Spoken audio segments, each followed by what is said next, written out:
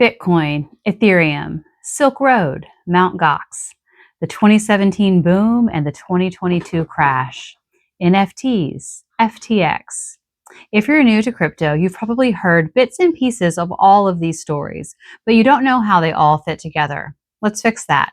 Welcome back to Decoded with Laura. I wanted to do a history of crypto video because, like the history of Bitcoin, which I covered in another video that I'll link below, understanding the history of the whole space is so important. And look, if you're new to this, there is so much I want to tell you. I've been in this space for 10 years, 10 years of learning, watching, making mistakes. And honestly, it's really hard not to just data dump everything on you right now.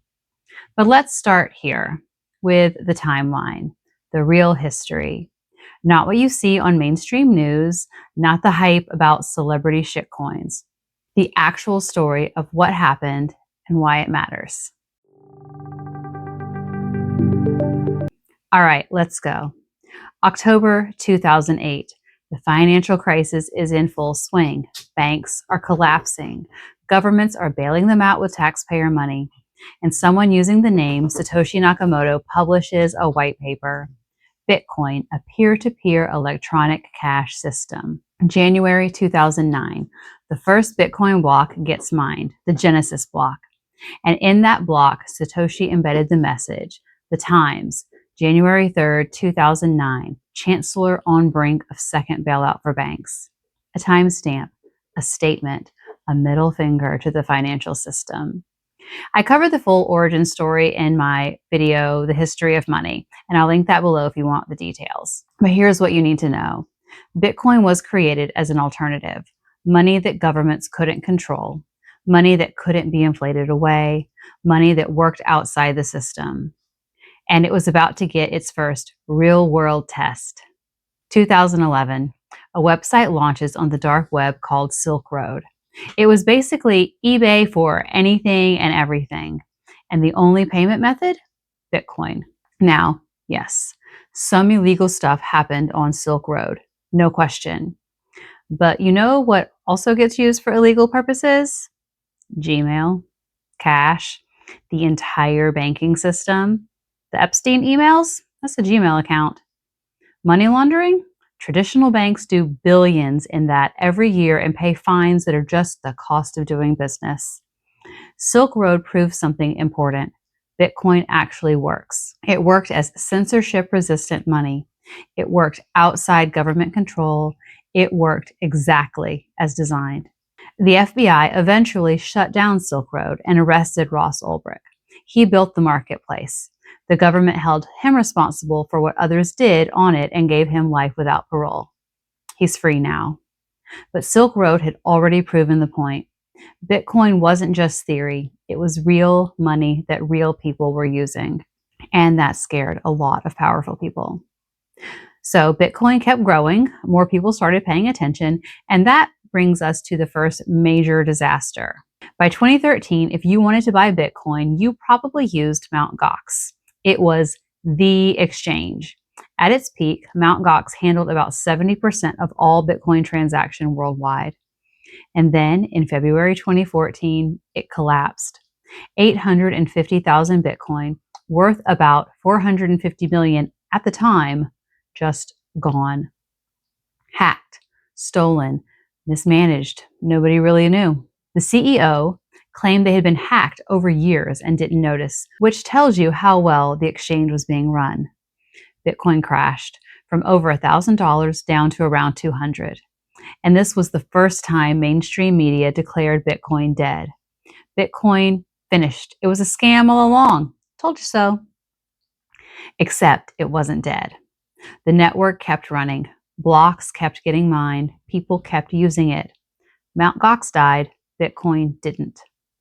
And that's an important distinction. And it's a pattern you're going to see repeat throughout this history. Exchanges fail. Companies fail. Projects fail. Bitcoin keeps running. But something else was about to arrive that would change everything. 2015, a young programmer named Vitalik Buterin launches Ethereum. Bitcoin proved you could have decentralized money. Ethereum asked, what else can we decentralize? It introduced smart contracts, self-executing code that runs on the blockchain, no middleman needed. Suddenly, you could build applications on a blockchain, decentralized exchanges, lending platforms, all kinds of stuff. This was huge. Bitcoin was money, Ethereum was programmable money, a platform you could build on. And developers started building. There was drama early on. In 2016, a project called the DAO got hacked for 50 million Ethereum and had to make a controversial decision to fork and reverse the hack. That split the community and created Ethereum Classic. But Ethereum survived and kept growing.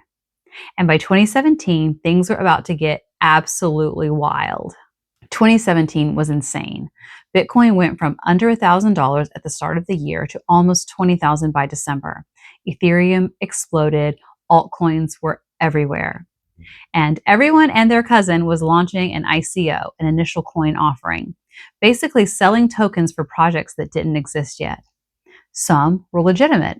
Most were garbage. A few were outright scams. People were throwing money at anything with a white paper and a website.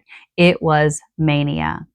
But 2017 also had major drama inside Bitcoin itself, the block size wars. Here's what happened. Bitcoin blocks were getting full. Transactions were slow and fees were high. Some people wanted to increase the block size to fit more transactions. Other people said, no, bigger blocks mean fewer people can run nodes, which means more centralization. The two sides couldn't agree. So in 2017, Bitcoin forked. Now, what does that mean, a fork? Imagine you have a road. Everyone's been driving on this road for years. Then there's a disagreement about which direction to go. So the road splits. Now you have two roads. Bitcoin Cash split off from Bitcoin. Same history up to that point, then two different paths forward. Bitcoin Cash had different blocks. Bitcoin kept smaller blocks and focused on scaling solutions like the Lightning Network. Both still exist today, but Bitcoin, the original, remained dominant. This was the first time a lot of people realized you can't just change Bitcoin because you want to. The network has to agree. And if people don't agree, the chain splits. That's actually a feature, not a bug, but it was chaotic to live through. And then the crash. 2018, reality check. Bitcoin went from $20,000 down to $3,000, an 85% drop. Altcoins, way worse. Some lost 95%, some went to zero. All those ICO projects from 2017, most of them disappeared, took people's money and vanished. The media declared Bitcoin dead. Again, told you it was a bubble, it's over. Except it wasn't. The network kept running, developers kept building. The people who understood what Bitcoin actually was, they kept holding. This was crypto winter. Brutal if you bought at the top, but the technology kept developing. And a few years later, things heated up again. 2021, here we go again. Bitcoin hit a new all-time high, 69,000 in November. Ethereum went crazy. DeFi, or decentralized finance, was everywhere. And then NFTs, non-fungible tokens, digital ownership on the blockchain. And they exploded. People were buying digital art for millions of dollars, profile pictures, collectibles. Most of it became pure speculation and hype, get-rich-quick schemes, celebrity cash grabs. But the underlying technology, that actually has real potential. Provable digital ownership, concert tickets that can't be counterfeited, property deeds on the blockchain, medical records, supply chain tracking. The technically got drowned out by the hype and the scams. NFTs became a punchline. You're buying a JPEG? But the tech itself, still valid, just got completely overshadowed by the mania. And speaking of mania, 2021 set us up for what came next. The worst year in crypto history. 2022, this was rough. In May, Terra and Luna collapsed. If you don't know what that was, it was an algorithmic stablecoin project supposed to maintain a dollar peg through some complex mechanism. It didn't work. 40 billion in value evaporated in days. A death spiral. People lost everything. I had money in Terra when it collapsed, and that was my wake-up call. We got out of most of our altcoin positions and focused on the fundamentals. Bitcoin, Ethereum, XRP, and some other projects that had been around and survived multiple cycles. Terra wasn't even the worst of it. In November, FTX collapsed. FTX was one of the biggest crypto exchanges in the world, run by Sam Bankman-Fried, SBF. He was everywhere. Ads with celebrities, donations to politicians. He was the respectable face of crypto. And it was all a lie. FTX was using customer deposits to make risky bets through SBF's trading firm, Alameda Research. When things went bad, they couldn't cover withdrawals. $8 billion in customer funds gone. SBF got arrested, charged with fraud, and the trial revealed it was basically old-fashioned theft dressed up in crypto language. 2022 also saw Celsius freeze withdrawals and go bankrupt. Voyager collapsed. Three Arrows Capital blew up. It was brutal. And once again, people declared crypto dead.